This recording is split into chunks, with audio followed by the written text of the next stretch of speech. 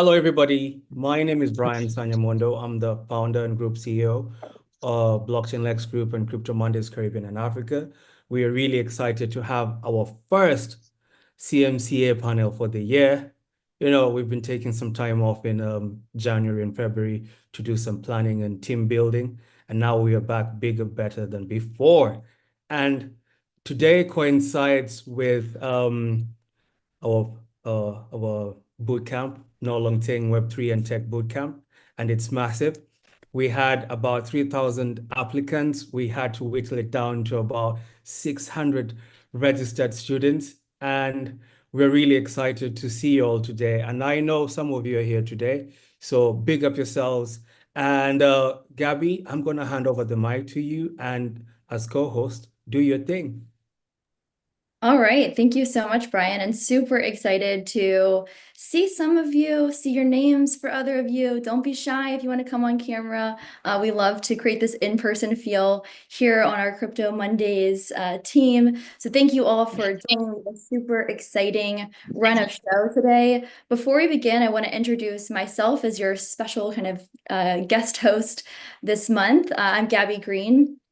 I am the Crypto Client Services Manager at Shift4. I help to support our anti-financial crime coordination.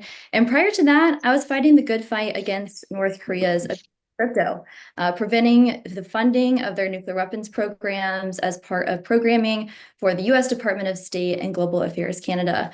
It was my honor as part of that job to have worked with many, many people across the globe, from hundreds of compliance officers, from the central banks to crypto exchanges to everything in between. And so I think I have a really good feeling about the questions that you all might want to hear when we're making sense of it all.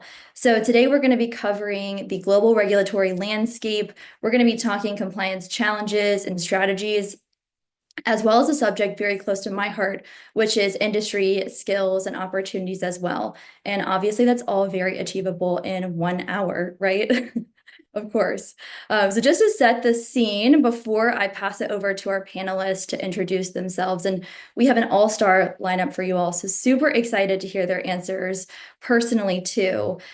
I want to set the scene by saying, I think most of us in this call, you're here from the No Long Ting Web3 and Tech Bootcamp, you're here from seeing the Making Sense of It All webinar. We know that crypto can no longer be ignored. And just last year, TRM Labs reported that there actually was a crypto volume of 10.6 trillion just last year, and that grew from 56% the year prior. Not only with that significant growth in crypto, but also we're seeing a change in mindset on the TradFi side as well. In a recent Elliptic survey, they found that 3/4 of financial institutions surveyed actually agreed that they need a business case, or they have a business case for a digital asset strategy. So they need a digital asset strategy as well alongside the crypto counterparts. So with this sheer volume, the change in mindset, I think we're going to make sense of it all today, at least in an hour.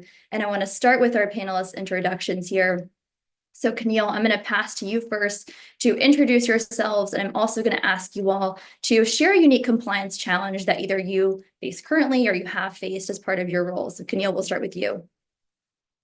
Sure. Good afternoon, everybody. I'm so excited to be back. Oh man, I feel like it was a well-needed break, but at the same time, we've been gone for too long. But pleasure to see you all. Again, my name is Keniel Ledgister. I'm currently serving the role as attaché for the U.S. government, specifically the Department of Treasury, IRS Criminal Investigation. In this capacity, I'll just be representing Crypto Mondays Caribbean. As you've seen and heard, things are a bit spicy back home. But nonetheless, I've been an attaché for Department of Treasury for 20 years. And from that, I've been with IRS, for 20 years and attaché for going on 4 years here in the Caribbean region. What that has done for me is given me a broad perspective of compliance, criminal investigation, and networking within the region. Says confirm my language. Sorry about that. Nonetheless, sorry, get this off my screen. Speak in English. See, sorry. In that role, a lot of my work is working with many of my country counterparts throughout the Caribbean.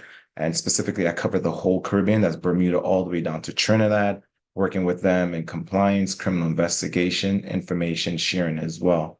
With that said, one challenge I have is obtaining information. Compliance is a public-private partnership network. Without your partners, without government, and without the institution being compliant and wanting to work together, it's a one-sided job at that point. So it's sometimes, and I understand there's laws and regulation, but we find ways to overcome some of these hurdles. But one of the biggest hurdles is information sharing. From country to country, or from individual law enforcement to different counterparts in country, or with the financial intelligence units represented in those countries as well. So information sharing is very hard, but glad to see you all. I'll pass it back on. I hear you on that, Keniel. I know we're all here on this call because we're all going to share information and have opportunities to connect as well. So maybe we can help build some pathways today. Demet, I'll pass to you for an introduction and a unique compliance challenge. Yeah, sure. Hi, Gabi. Hi, all. So I'm Demet. I'm originally from Turkey, but I live in UK for about 20 years now. So I got a bit of both educational and work experience in both countries. So in UK, I worked majority of my work being in FCA focused, working with large companies like Coinbase, Kraken, Blockchain.com as a financial crime investigator and in compliance units. Whereas in Turkey, I've taken part in special regulatory projects where they were investigating large fraud and scam cases. So apart from that, I am also part of the Association for Women in Crypto, and I can see Adilah here. She's my fellow there. So I'm working on to build the ambassadorship for women in Turkey who needs support with crypto, getting exposed to crypto and trainings within the crypto. So today, majority of my focus will be UK versus Turkey, which are two different jurisdictions, right?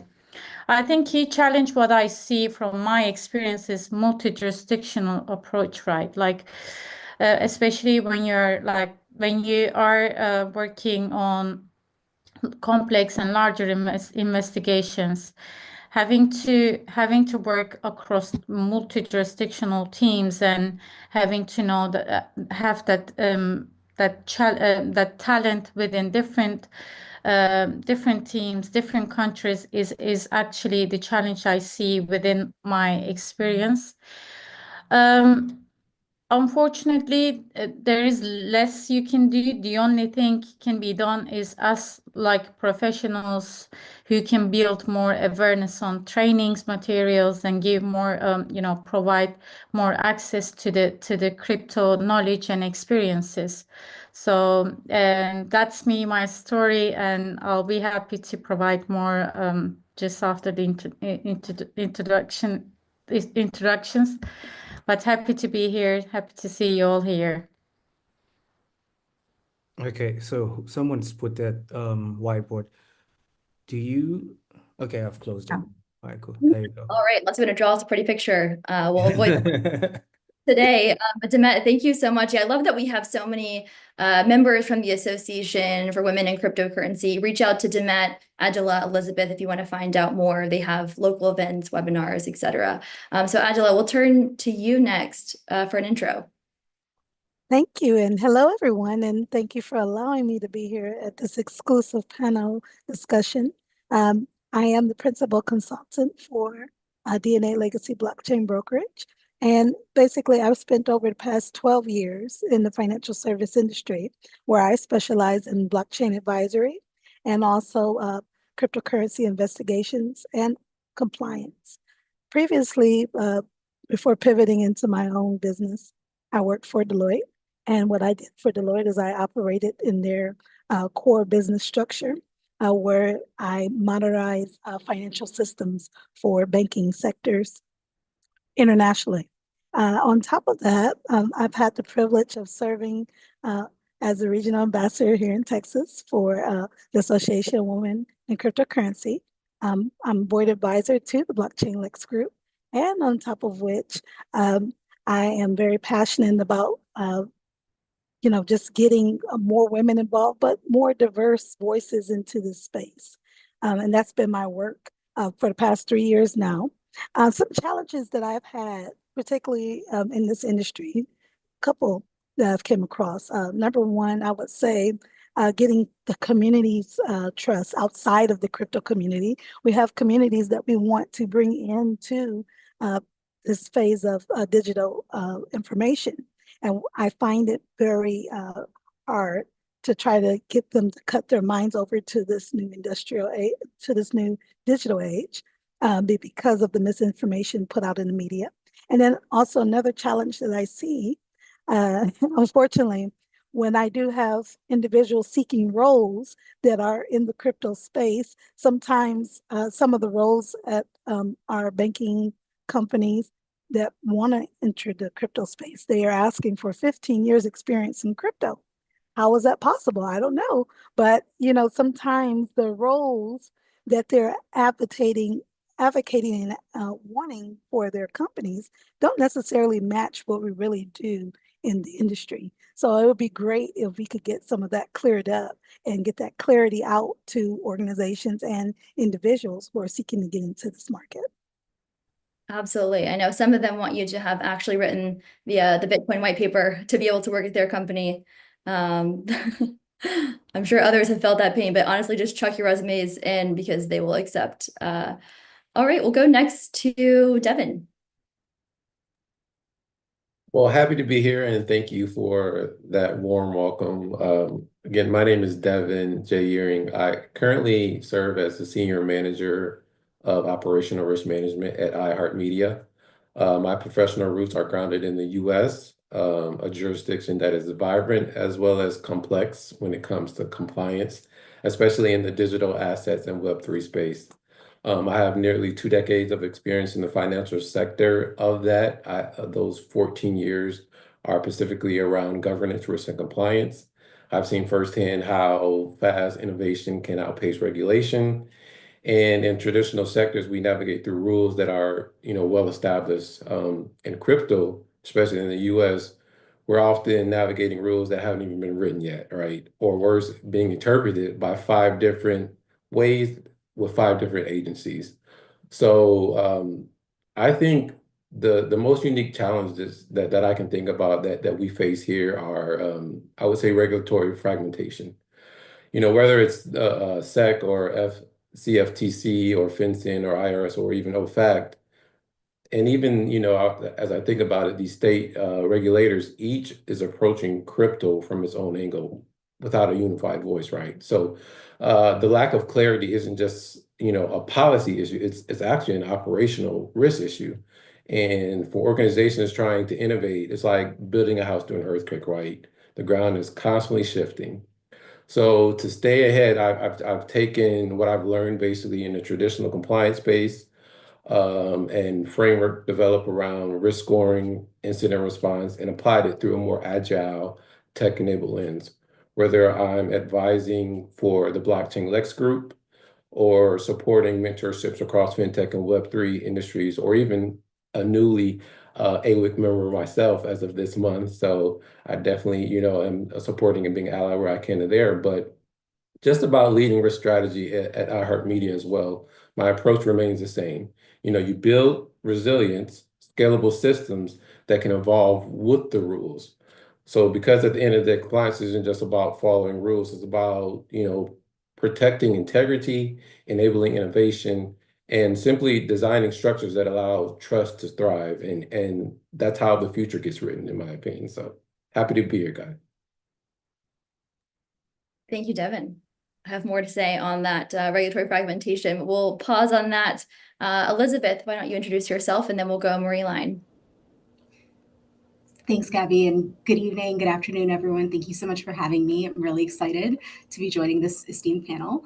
I'm a managing director at K2 Integrity. I'm based in our New York office where I lead our virtual assets advisory practice.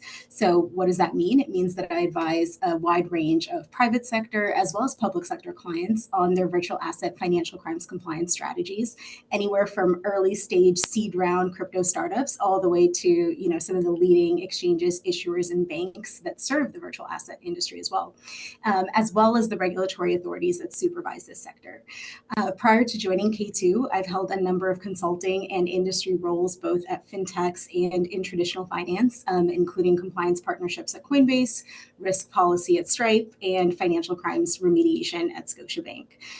So a lot of diversity of experience there.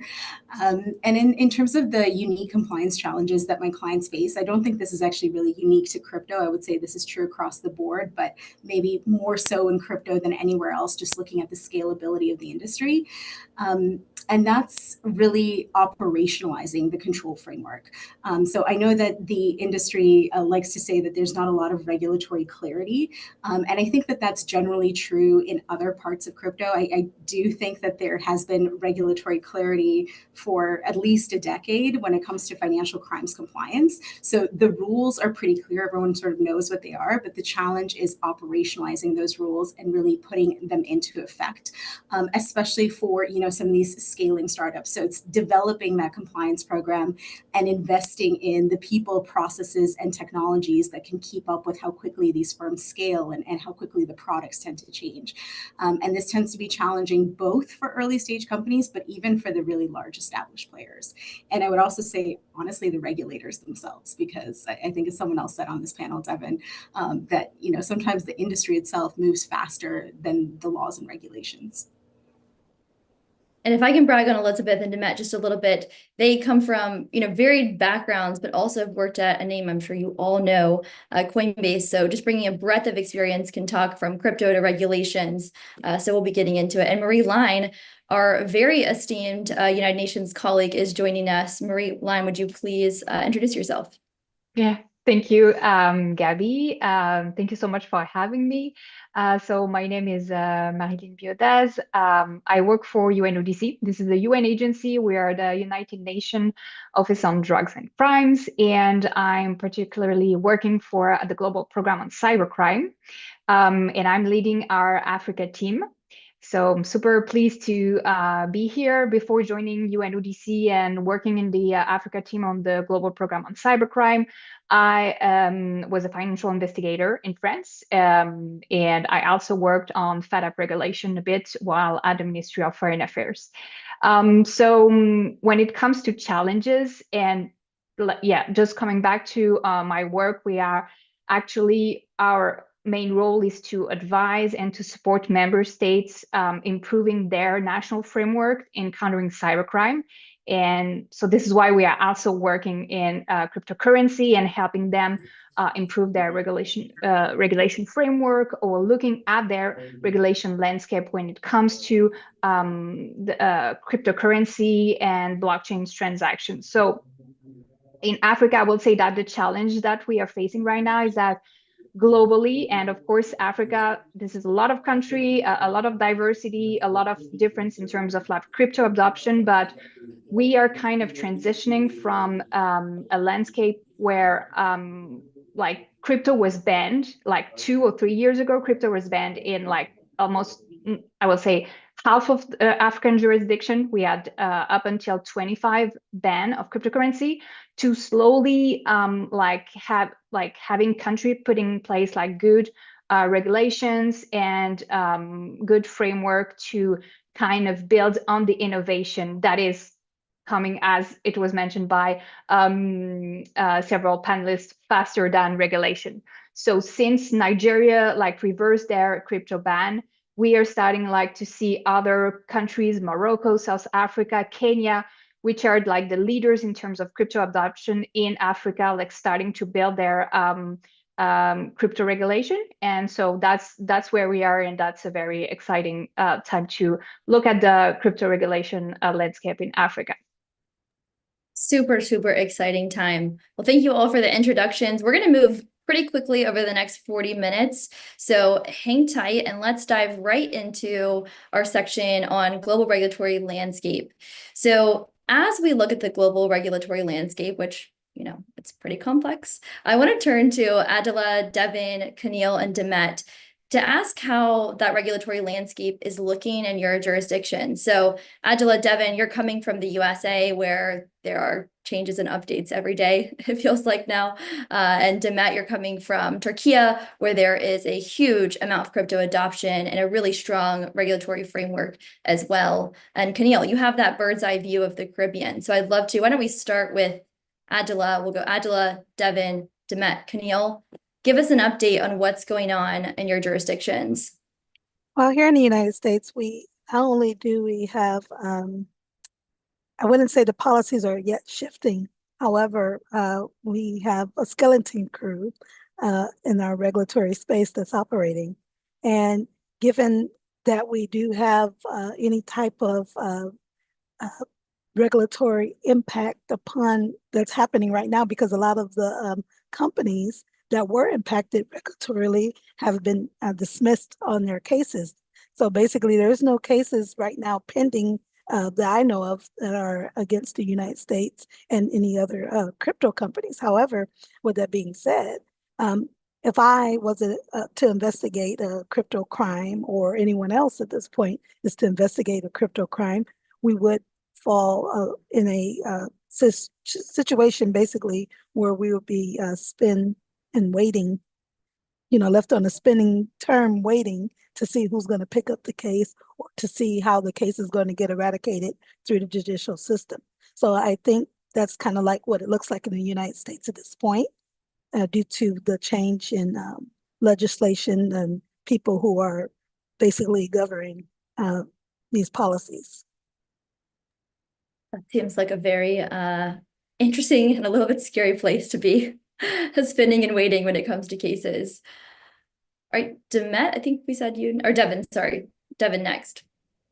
Sure, I'll just go ahead and add some extra color to what Adilah said because it's true. I mean, I'll talk about the legislation aspect a little bit later, but honestly, if I were to describe the U.S. crypto regulatory landscape right now in one phrase, I would honestly say it's like controlled chaos with a dash of mystery. And the reason why I say that is because you've got a SEC and you have CFTC and a regulatory tug of war, right?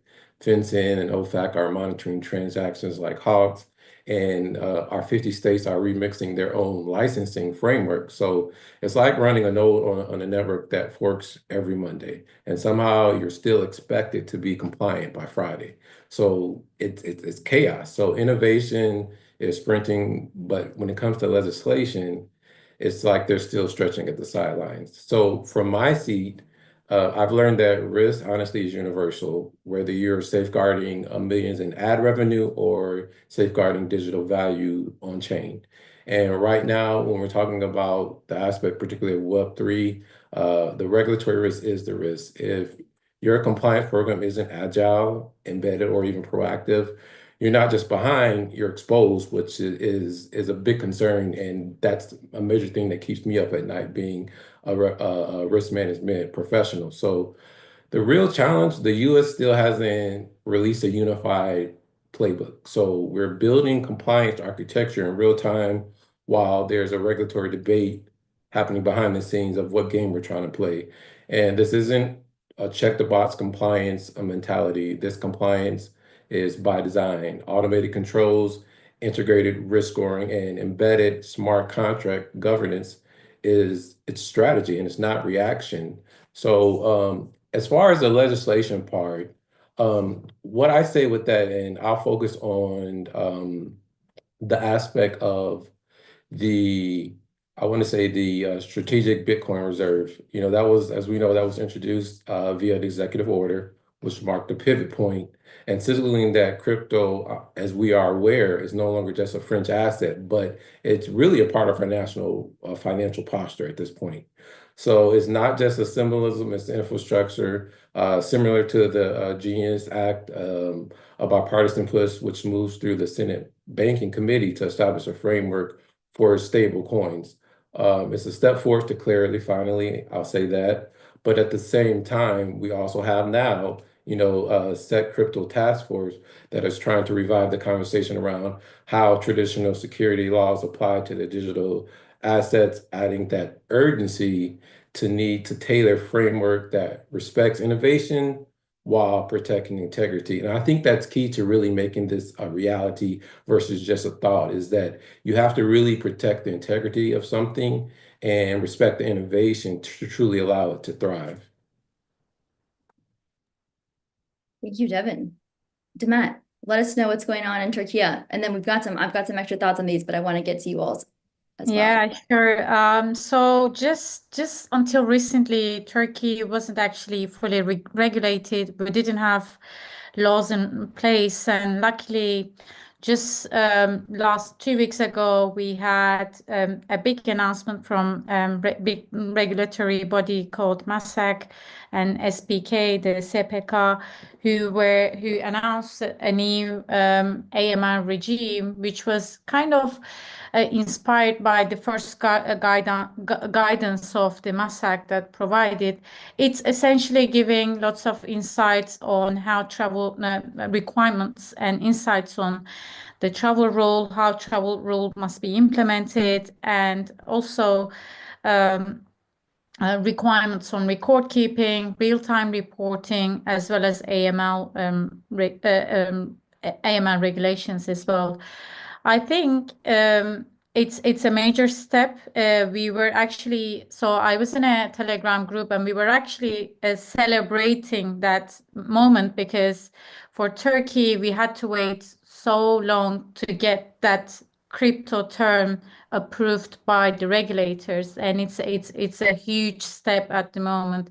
We were actually celebrating amongst us as a crypto professionals. It's a huge step, and as many of you may know, Turkey is a huge market at the moment. It's one of the third countries within the world that have a fastest adoption, and to me, I am quite happy and positive with regards to the regulation, the regulatory body being recognizing the crypto by implementing these AML rules. But at the same time, I do see a lot of lack of trainings, lot of lack of information, quality content within the industry. So what I do on my as a professional from my side is to put some awareness on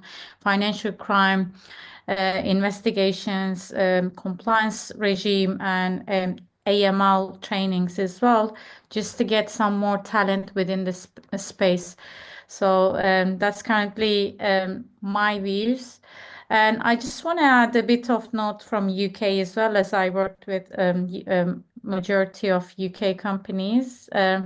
Just as Devon, I will put in one word. UK is structured, strict, but demanding. We've got strict deadlines. We had to meet with lots of regulatory requirements, but at the same time, it's part of the growth strategy. As you know, UK is claiming to be financial hub of the world, and now its compliance isn't just optional, it's actually a go-to-market strategy in the UK.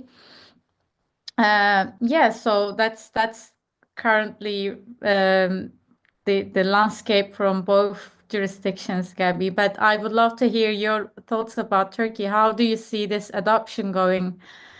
Demet, if I could just chime in on something regarding the UK, despite them claiming to be the global financial hub, the UK, the FCA doesn't really quite understand what's going on. It is, So in yeah. terms of the crypto developments, in terms of reg compliance, it's mostly the judiciary who are giving the steer and the guidance by following the case law, because literally FCA, they have no clue as to what's going on. So the training and all the stuff that we are speaking about, EdTech, I think that's really fundamental to help everybody in this session today. Thank you very much, Demet. Gabby, back to you. Thank you. Yeah, on Turkey, I mean, it's like you said, it's one of the fastest growing crypto adoption countries, and with that they're one to watch. I mean, crypto is already huge in the country in this space, so what they're doing with their regulatory updates, others should be looking out for as kind of a guide to follow. So we hope that we see additional regulatory developments out of crypto, out of Turkey for crypto. And Demet, thank you for sharing about the latest news as well. Keniel, I want to turn to you for that bird's eye view on, I know Caribbean has a lot of coverage across all of those countries, but your general sense, how are things looking for crypto across the Caribbean? Is there a spectrum of regulation approaches? What's that look like?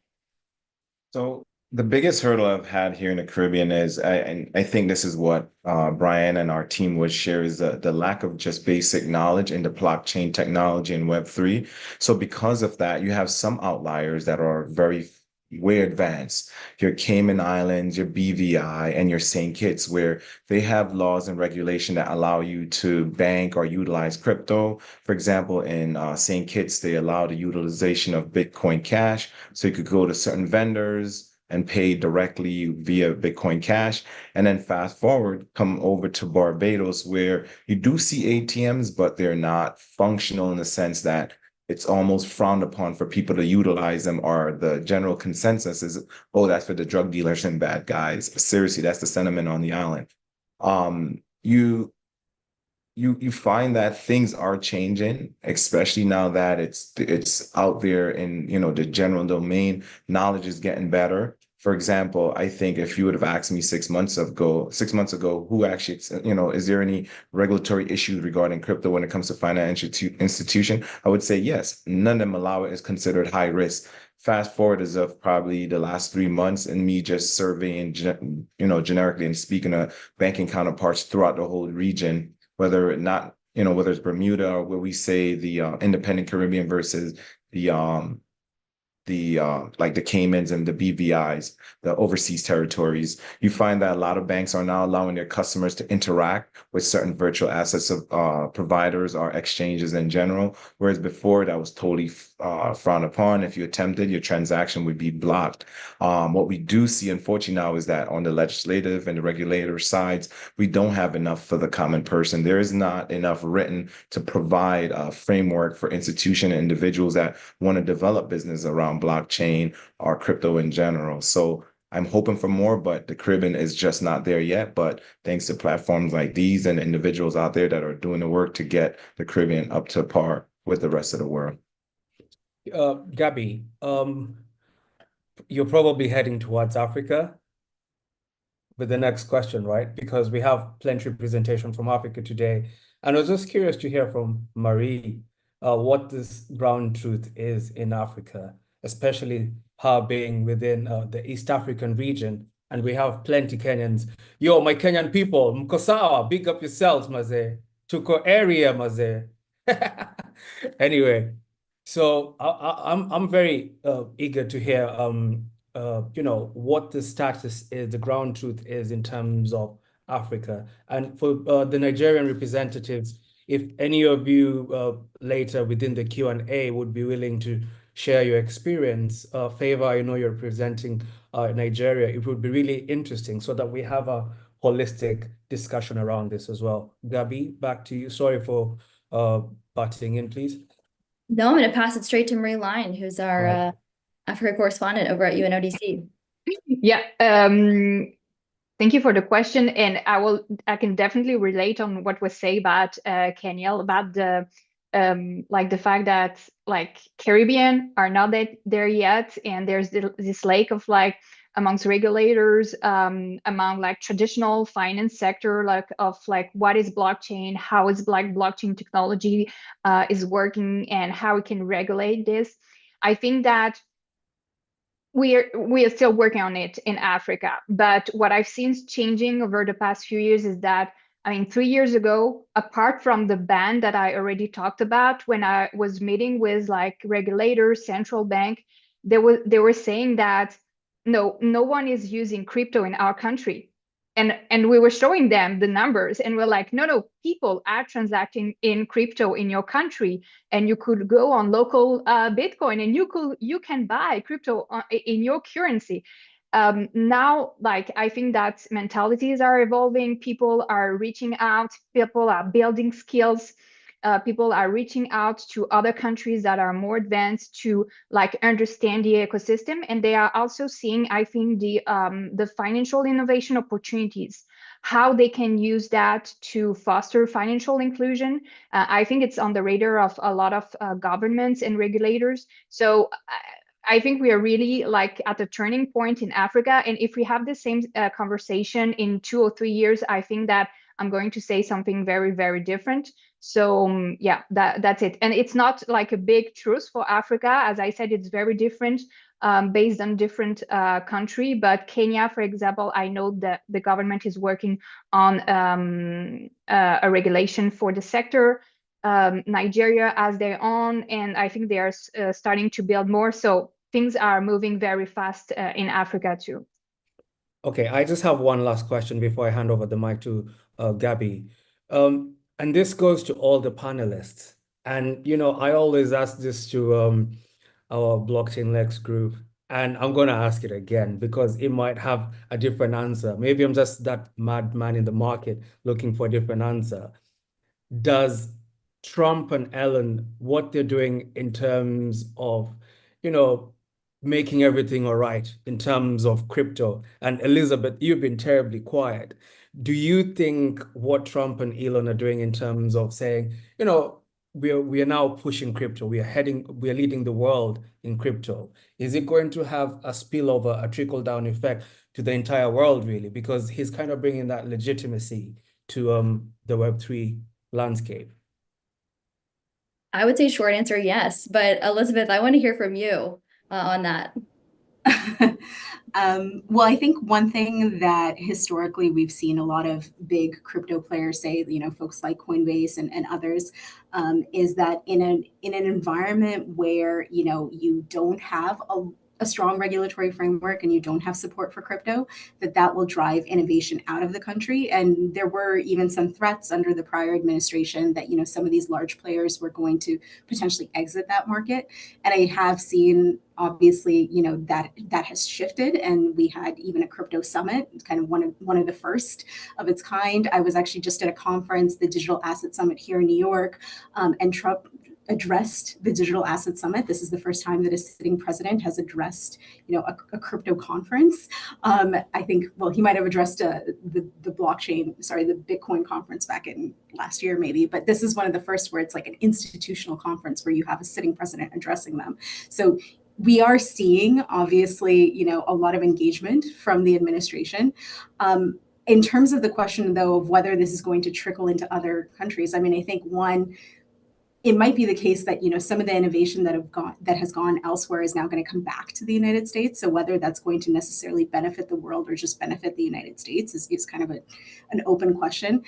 I think also if you look at the executive order and what some of the priorities are in terms of stablecoin regulation, and also thinking around stablecoins as a form of ensuring and basically making sure that we still have US dollar dominance, is something that, again, is going to maybe serve the United States more than it might serve other countries. So, I mean, it might be a bit of a controversial view, but I think it's aligned with the America First approach that, this current administration is pioneering.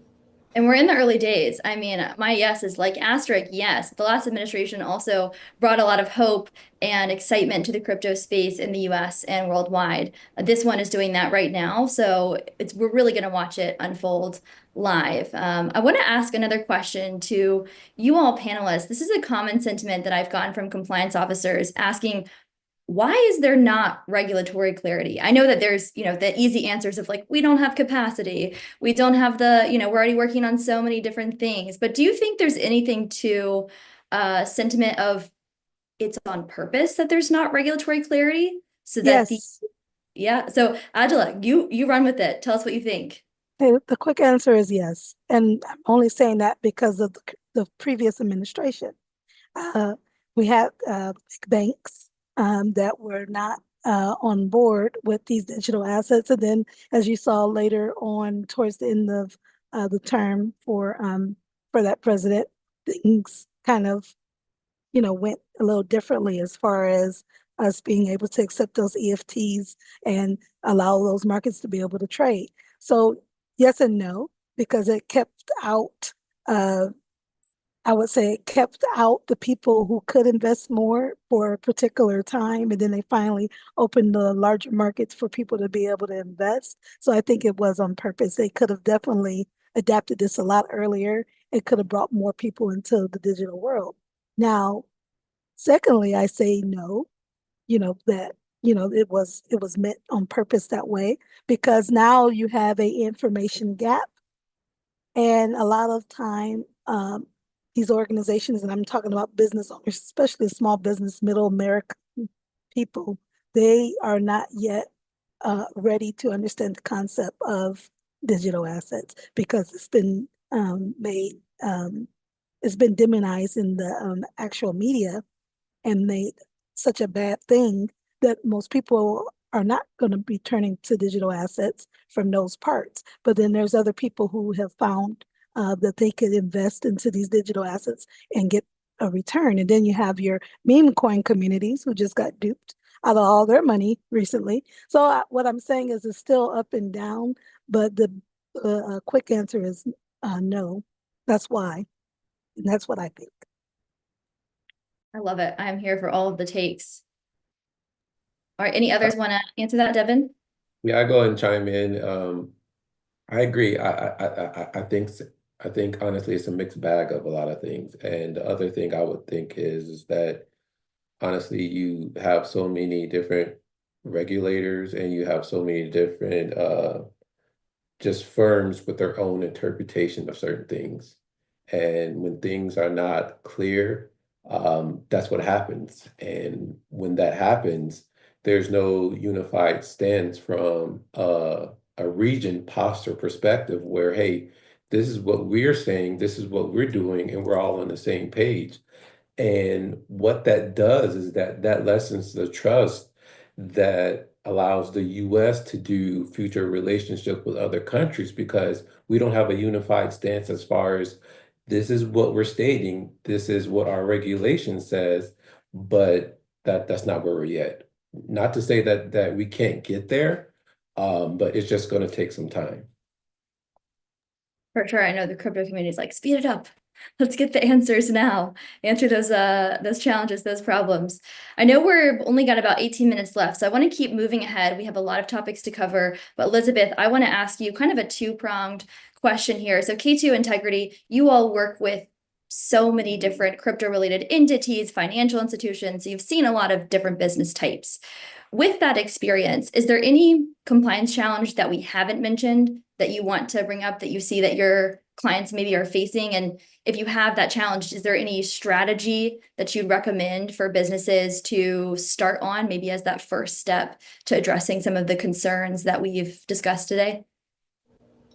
Yeah, I think there's one that we haven't explicitly mentioned that we've been sort of dancing around. So I just want to say it. And I think part of it is obviously a bias from some of my former roles, but I think it's the challenge of financial partnerships with underlying banks. So, in crypto, we like to talk about this exciting promise of disintermediated finance. We like to talk about getting rid of the centralized counterparty and disrupting that whole model. But let's be honest and as to where we stand with crypto today. And the reality is that, when it comes to powering the on and off ramps, meaning the world where fiat meets crypto and vice versa, we are very reliant on banks, right? There's significant reliance on bank partners, i.e. traditional finance or TradFi, and it's to provide the custodial accounts to support fiat on and off ramping. It's also for stablecoin issuers incredibly important because they provide fiat reserves to back the stablecoins that are in circulation. So obviously huge dependence on these bank partners. And at the same time, and I think some of the panelists alluded to this, there has been a reticence by the traditional finance industry to serve the crypto industry. In some ways, because it's a competitor that's going to replace the incumbent, but in other ways, it's just because there has been a regulatory posture up until recently that has discouraged banks from getting into this space. In fact, I think it was 2 years ago, prudential regulators explicitly said that providing services to the crypto industry is antithetical to safety and soundness. So you can imagine the chilling effect that this had on the traditional finance sector to provide these services. At the same time, if you're a crypto player, and we've seen this play out, you need not just one bank partner, you actually need multiple bank partners, because that creates redundancy, it reduces your concentration risk, it reduces your operational risks. So you have this tension where on the one hand, you need, as a crypto player, as many partners as possible. And as a traditional financial services firm, you have a real sort of hesitance to serve this industry. So what does that mean? It means we have very few players that are providing these essential services to the crypto industry. And we know that there have been changes recently. We've talked about this with the shifting administration. I think we didn't use the language of choke point 2.0, but everyone has probably seen it in the news that we're getting rid of Operation Choke Point 2.0. The executive order was very clear that we're going to be addressing debanking. There's been a lot of activity around debanking. And I think, Gabby, your question was, this is a compliance challenge. This is a compliance challenge, right? In part, there was a regulatory issue, there was an environment issue, but there's also the issue of just because you change the regulation or you change, the posture when it comes to banks now serving the space, doesn't mean that banks are just going to jump right in on day one. It's not like a switch has been turned off and now we have like 20 banks that are offering crypto on and off ramping services. In fact, I serve some clients who are startups, and believe you me, it's like 4 banks still that they have in terms of their options. So how do they arm themselves? How do they get onboarded? I think it's like a 2-part function. On the one hand, you have to have crypto industry players that are not just thinking about the regulatory environment, but they're thinking about their traditional financial services partner and the fact that this is essentially your shadow regulator. They're going to want a program from you that is going to actually be more stringent and more robust than what the MSB regulations say on paper, which can be hard for a lot of cryptocurrency firms to wrap their heads around, because they're like, well, nothing says in writing that I have to do all this stuff. Why do I have to do all this stuff? And it's because, well, now it's a bank that's holding you to those standards, because that's the cost of doing business. That's the cost of getting onboarded. So there's that preparation that needs to happen on the crypto side. And then on the other hand, for TradFi firms that are serving this sector, they need to kind of understand, what does it mean to serve this sector? How, they would expect the controls to look like. How do they do due diligence on these firms, which, let's face it, are higher risk? They need to understand the risk better. They need to tailor the questions. They can't just be sort of generic questions. You can't just generically ask them to fill out a Wolfsburg questionnaire and you're done. You need to really understand the risks of this industry. Thanks, Elizabeth. I have a question. Gabby, hold up. You ask your question before I ask my question. Go ahead, Brian. I was going to say that is, I think you've summarized some of the biggest pain points in crypto. So that is something that after this, I would think you all, really take that along with all of these points, but take that back and learn up on this issue. All right. Brian. I think when it comes to the Web3 landscape, and in the Caribbean, we face this thing. And I think all over the world we face this thing, is crypto is a scam. That's what the old guard says, and that's what the old guard thinks.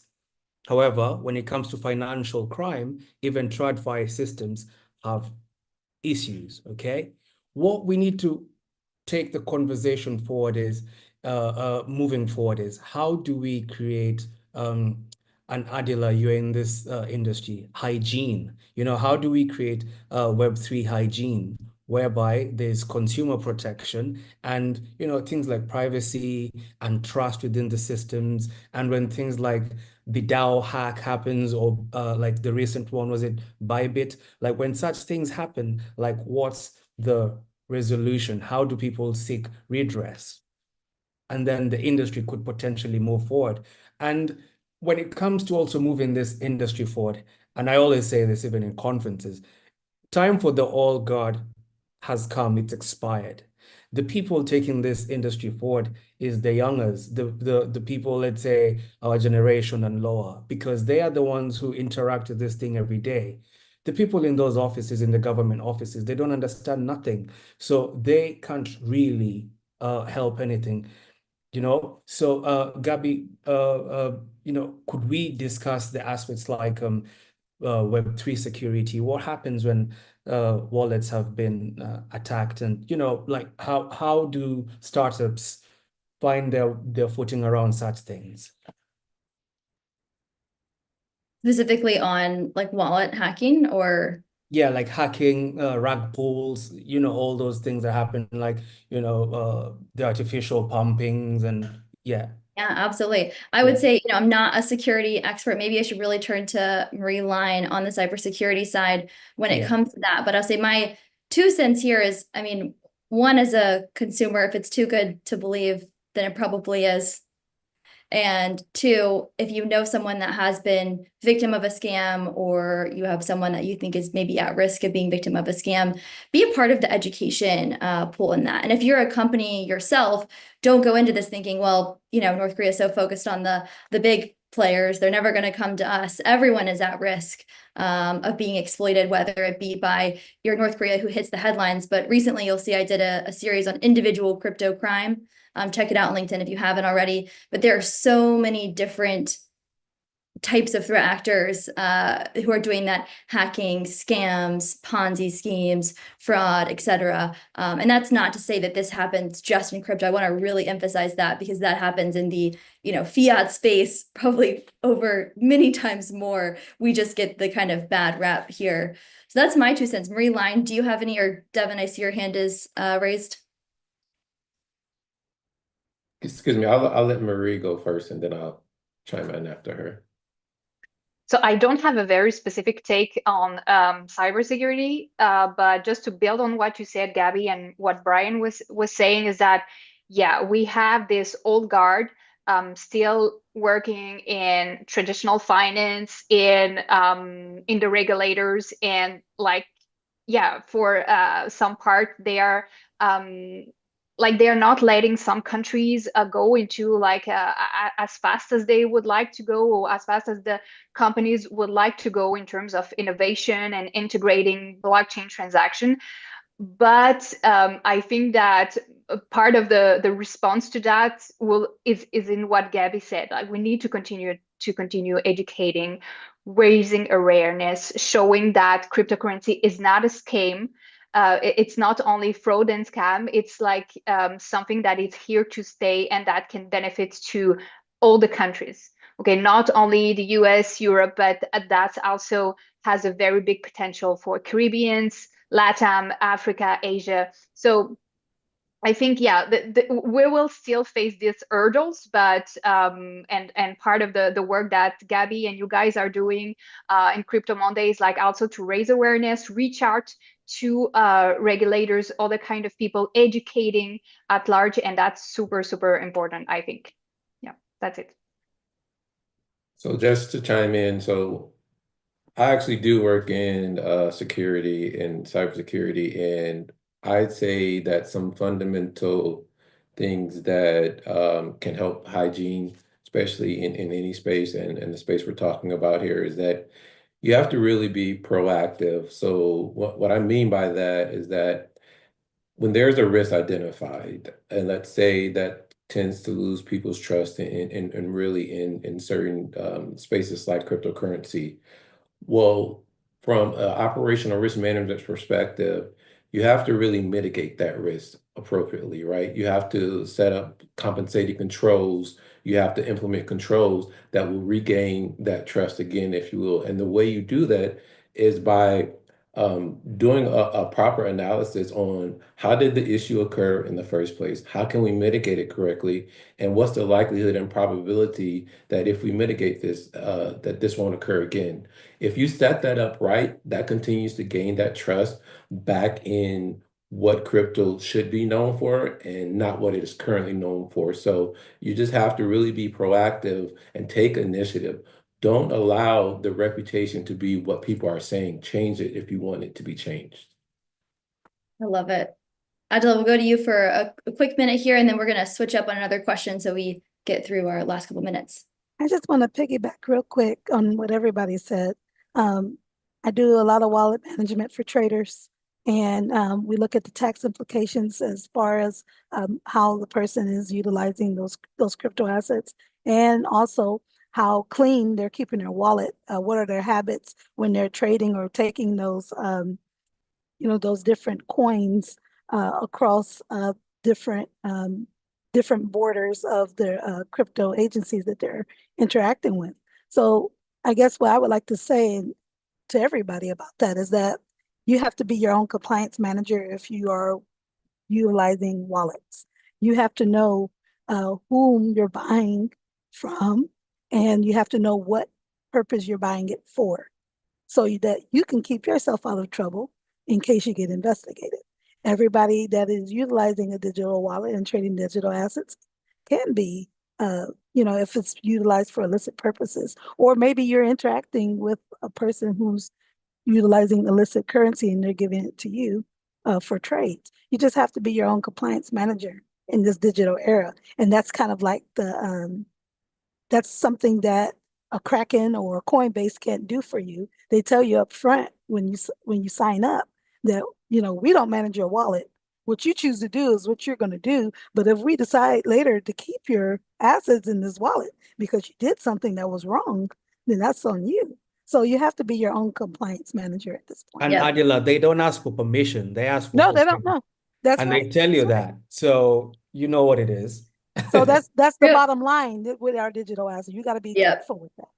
Yeah, that is a super interesting way to put. I've never thought about that being your own compliance manager for your wallet, but that is so true. Demet, I see your hand is up. I'm going to pause on this question, and we're actually going to totally shift gears in our last 5 minutes here to talk about something that I know is close to everyone's heart, which is opportunities and skills in the crypto compliance space. I know some of you are here for the No Long Ting Bootcamp, where you're looking at learning more about blockchain, getting into the industry, and others are joining from across the industry. So I want to ask, it's kind of an open question to all panelists. So where do you all see the most opportunity for crypto compliance careers that nobody is talking about? And this is a question from Steven, if you're on.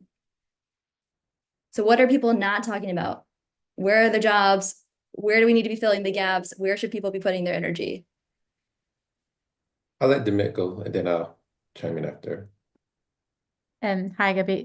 So I think one of the things that no one is talking about is the opportunities outside of work. Like, people think crypto is just 9-5 job. It's not. Like, we've been discussing this with Steven, you, Gabby, like we had many sessions that around the 9-5 jobs about crypto. It's not that. You really have to do hands-on learning, and nobody's actually everybody's asking about how to get into crypto, but getting into crypto isn't just about, like applying for a job, sending your CV, just sending your cover letter and getting into interviews. It's not that. You can actually do there are lots of courses, lots of boot camps you can. What's your first step though? What's like a real first step? People want to learn, they want to leave this, go to the boot camp, then afterwards they want a real first step. Can you give any specifics on that, where you would go? I think self-study. I would. Any particular like platform, analytics company? Would probably be analysis maybe for I'm learning. not sure if it's okay to mention, but I'm really deep into chain analysis courses, like lots of reports, lots of useful tools there, like Elliptic as well. I read a lot of reports there, like rather than just having a general information. I actually go into the analytic tools and just read their reports on literally day-to-day basis. So I will say, yeah, go to chain analysis, Elliptic. Now that Outriders is there, so lots of Yep, tools. absolutely. Yeah, I'll Okay, take Gabby, just a quick yeah, sorry for that, Gabby. The bootcamp starts in, let's yes, say, we 3 are minutes. wrapping up. So Yeah. Adilah, if you can give us a 30-second, what's a crypto client's job or pathway that no one's talking about? You got it. Okay, so a job that I know for sure it's a hot job in the crypto compliance space is smart contracts.